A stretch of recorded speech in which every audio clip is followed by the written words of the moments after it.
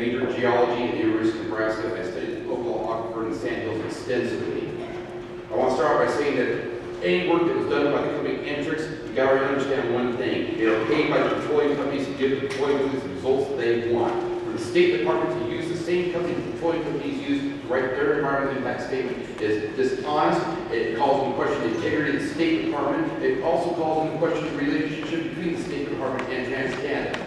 Thank you for the Federal Freedom of Information Act. We now know exactly what that relationship is between the State Department and TransCanada. When a former State Department employee now works as a paid lobbyist for TransCanada, when we now have access to the email exchange back and forth between the State Department and that paid employee of TransCanada, coaching TransCanada on how exactly to write the environmental impact statement so it will be approved, that is corruption. Plain and simple. That ruins the entire American system that we so cherish and love here in the United States and here in Nebraska.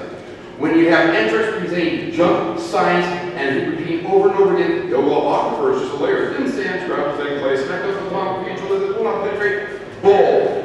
They had access to the University of Nebraska's geology department's findings over the last 15 years where the actual structure is underneath the sand hills.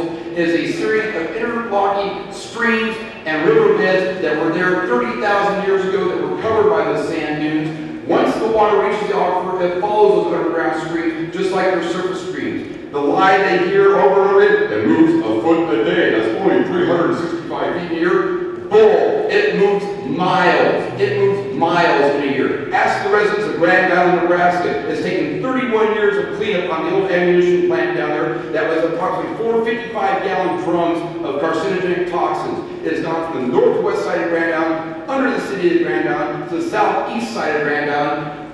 Private wells are not usable for drinking water or anything else right now because of that contamination plume. If this, go ahead, give me a minute. If this goes and leaks, and it will leak because they've already had 14 leaks in the one petroleum pipeline that exists in Nebraska. It's for 22,000 miles of pipeline. Only one of those pipelines is a petroleum pipeline. The rest carry natural gas, water, or refined petroleum products. And while we're on the subject of petroleum products, this mystery of national security, we can't tell you what's in the tar sand oil. Bull. Thank you very much for one person who works for Enbridge who had the conscience of mind, who was cleaning up the mess in Michigan, who was sick and tired of watching his friends getting sick that he was cleaning up with while they're wearing protective gear, who's exhibiting the same symptoms as the residents who live over 2 miles away from that spill site, released a material safety data sheet that was provided to the cleanup workers by Husky Oil Canada as to what the contents of what their cleanup is. It is not crude oil. It is over half solvent, or almost half solvent, the majority of which is benzene, which is on the EPA ban list. 5 parts per billion is the maximum amount allowed in water. The rest of it is xylene and toluene, also known carcinogens. If you want to see what's in that material safety data sheet, YouTube. Check Bold, Nebraska's site. I posted it up there twice. The guy sits over with his camera and flips it page by page so you can read not only what is in that tar sand crude, but also what the detrimental health effects are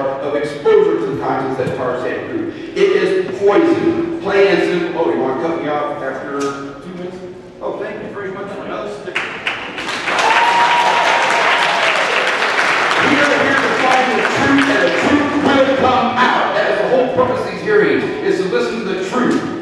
The truth is plain and simple. The person who wrote the toxicology report is lying through her teeth. Why? Because she's paid by TransCanada to give TransCanada the results they need to get their permit passed. The geology that we keep listening to about how slow the water moves, how thin layers, that's based off of a report that was written by a professor in 1896.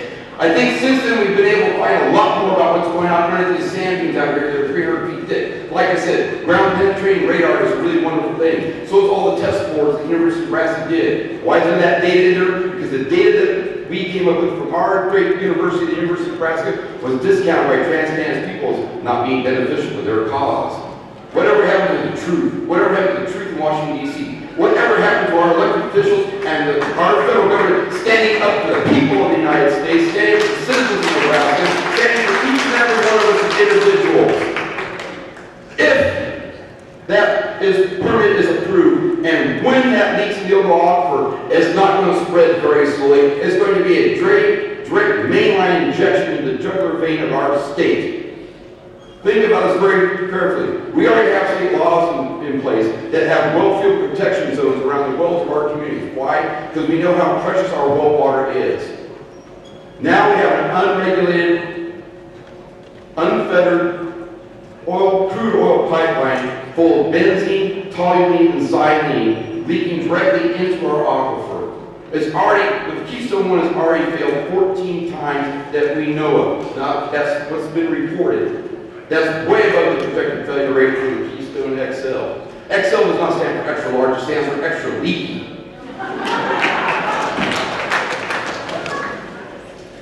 And interestingly enough, I contacted the Department of Homeland Security and I gave them a scenario. I said, what if an individual or group of individuals knowingly and willingly create a device that will introduce toxins into a community's water supply and thereby poison that community? What is that considered by Homeland Security? Is that an act of terrorism? The answer is yes. That is considered an act of terrorism. You are purposely poisoning the population. Think about that for a moment. Think about that for a moment. What are the repercussions? An act of terrorism. What is the penalties for terrorism? Are we going to go to Canada and arrest every single TransCanada official that approved this pipeline, that will sign off on the engineering and try them for terrorism? I know I would. I'd be the first one in line. We, as Nebraskans, have a golden opportunity. Thank you very much. We, as Nebraskans, have a golden opportunity.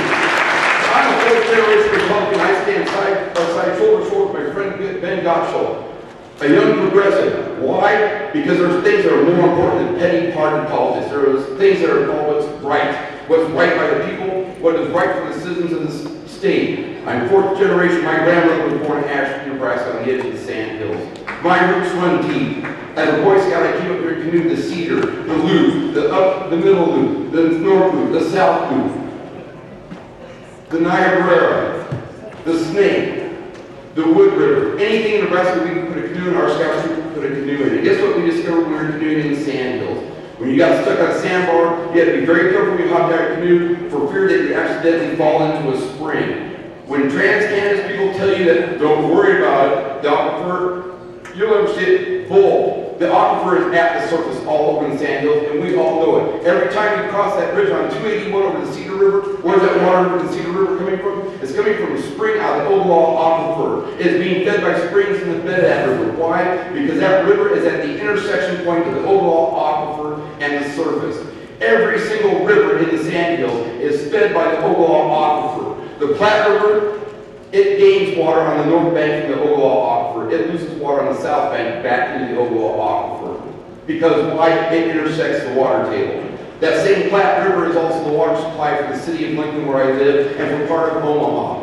When there's a spill, and God forbid that spill occurs at the river crossing the Platte River, that plume of contamination will destroy the well field of Lincoln, Nebraska, which sits on an island near Ashland, Nebraska, in the middle of the Platte River. It will also destroy the well field for the city of Omaha.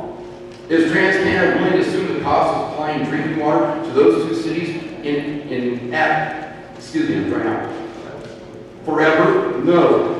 Why are we not being able to hold our elected officials to task for not calling a special session? Why is our governor dragging his feet? Why are certain state senators dragging their feet? They say there's no will in our legislature.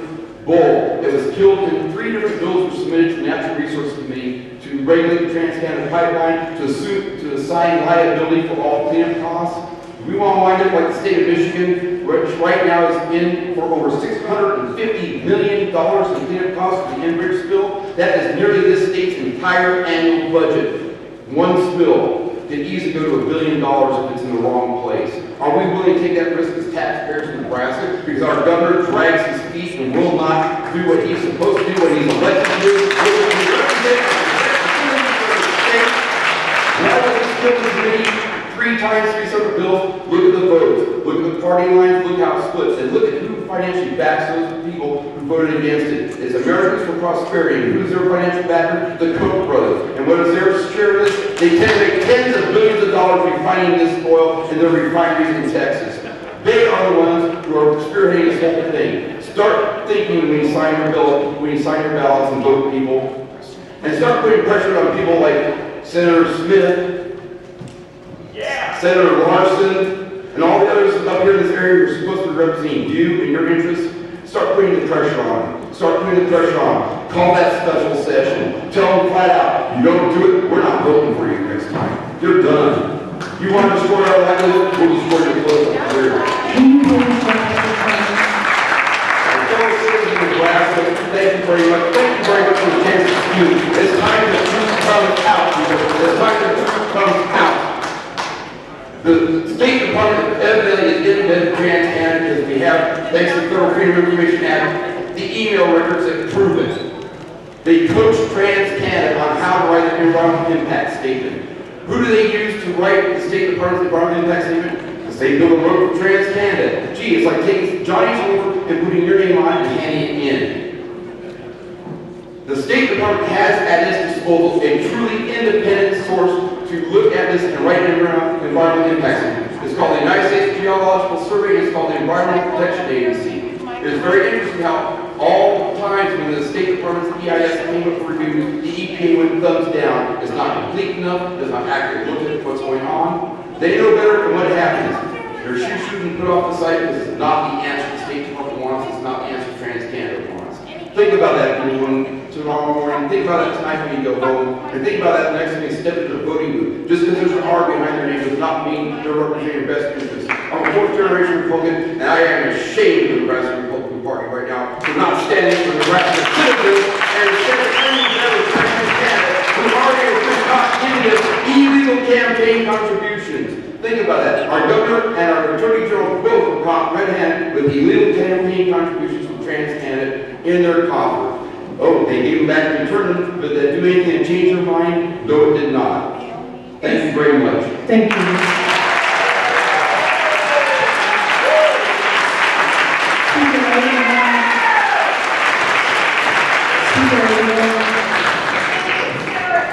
Speaker 82.